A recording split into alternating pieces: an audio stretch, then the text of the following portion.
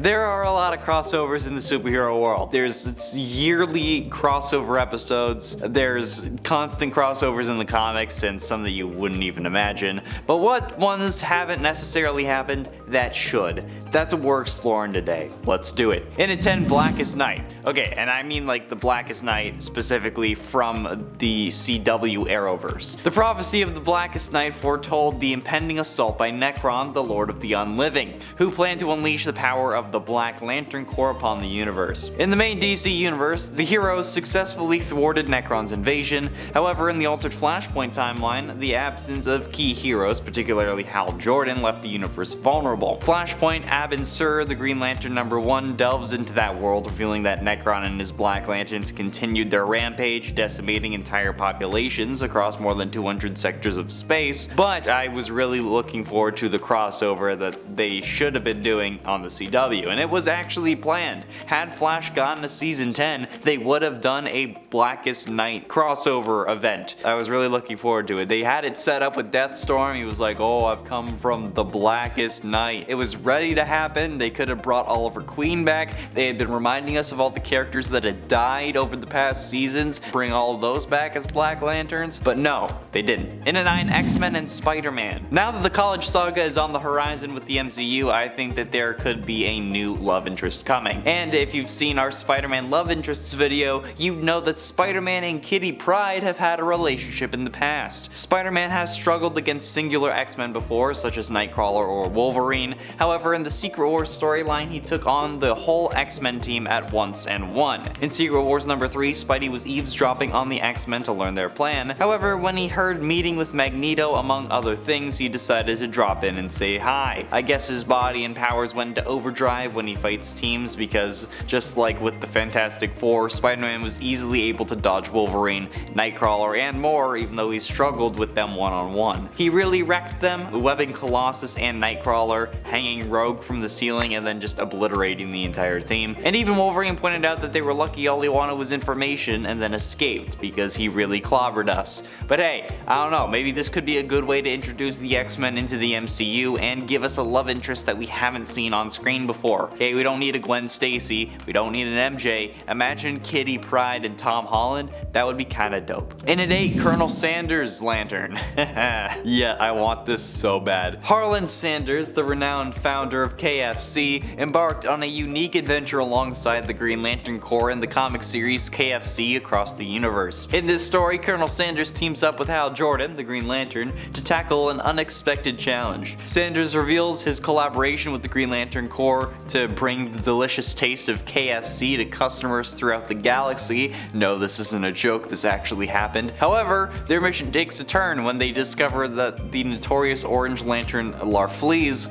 has been pilfering every chicken sandwich sent into space like an evil Elon Musk. Now, it's up to Colonel Sanders and Hal Jordan to put a stop to the chicken theft. I'm gonna need this in a movie form, please, particularly working with the Ryan Reynolds Green Lantern, because that's even better, and it has to be the young and sexy Colonel Sanders that they were using in the commercials for a time. It needs to be that version too, because that's just funny as hell. In at 7, Venomverse. Now, yes, there is the whole Across the Spider-Verse thing, but hear me out, I think that there needs to be an expansion on the Venomverse, within the terms of movies at least, since there was already the Across the Venomverse comic series. Like, yes, we've had Carnage appear in the Venom movie universe, but they killed him off in that same movie, so I feel like they could have done more. I'd like to see an animated movie in the style of Spider-Verse, but with the symbiotes. Venom, Carnage, Scream, Agent Venom, Anti-Venom, MacGargan Venom, the Poisons. Imagine a whole group of symbiotes, and then just Poison Deadpool pops in and just makes it even crazier. Okay, I think that it would be really good, and it would help the whole symbiote portrayal as well, since with animation you can do crazier things than with CGI. It would take ages to animate like with the Spider-Verse movies, but with their success and the popularity of Venom, I think it would be worth it. In at 6, CW and DCEU. There is no doubt that The Flash has gone through many variations over the past few years, especially with the show having so many different suits even for the Scarlet Speedster. However, with the show ending and the character getting a whole new look in the Flash movie with Ezra Miller, I think that there could be a better way for them to cross over instead of just in Crisis on Infinite Earths for like 5 seconds. With Grant's version making the comment that Ezra's suit was safer and more protective than his, and then Ezra saying that Grant's was more breathable, it makes me want to have them interact more. The show's done, so it's gonna have to be in the movies. And there was 2 Ezras in the freaking Flash movie, so why couldn't you have included Grant? There was a whole section of cameos at the end of that damn movie, and there was no Grant Gustin. So come on, let's have this crossover and make it actually happen properly, instead of just 5 seconds then the dude disappears. Halfway through, in at number 5, linking everything. What if I told you that it was possible to link every form of conceivable media out there? I mean, it would take some work and maybe a couple leaps in logic, but it's definitely possible, and some things just kinda link themselves. I mean, there are multiple movies that link multiple IPs.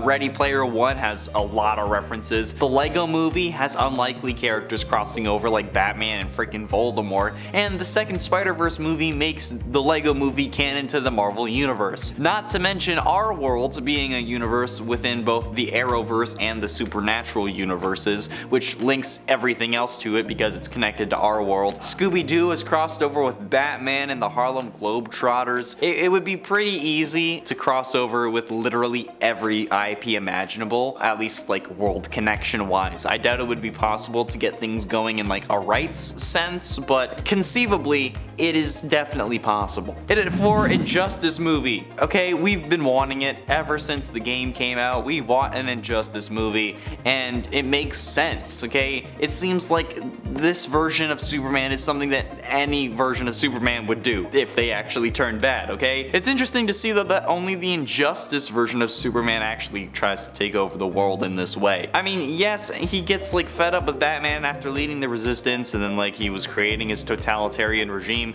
but Superman also in this tells the world that Batman is Bruce Wayne, and does so through Twitter, of all things. Superman, in 4 simple words, tells the world that Batman is Bruce Wayne, using those 4 words exactly, actually. And I think that that would just be a funny moment on screen.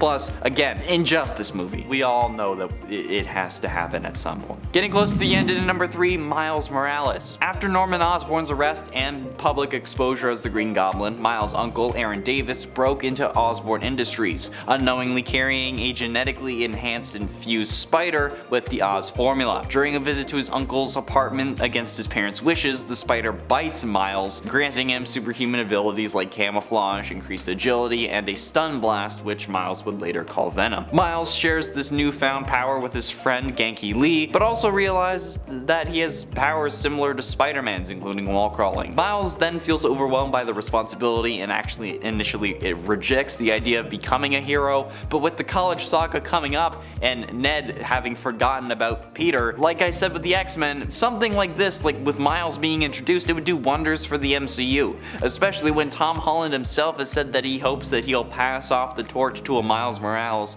within the MCU at some point. Plus, I mean, Spider-Man's gonna need a new best friend, and we've already seen Harry, so why not give us Miles? But ultimately, in at number 2, Amalgam. When 2 entities known as the Brothers, the embodiments of both Marvel and DC's multiverses, remembered each other's existence, they forced heroes and villains from their respective realities to fight. The ultimate winner would then destroy the loser and its own respective multiverse. This was a thing, and this was the Marvel vs. DC storyline. To prevent this from happening though, the Living Tribunal and the Spectre joined forces to combine the 2 universes together, creating the Amalgamverse. The universe has its own history and its own unique combinations of both multiverses, with characters being merged with other characters from the other universe. So like, for example, Iron Man and Green Lantern became the Iron Lantern, Superboy and Spider-Man formed an entity, person, Dr. Fate, Doctor Strange, and Professor X all combined. There's tons of insane characters in this universe that I would absolutely love to see on the big screen. Lobo and Howard the Duck is one that's hilarious,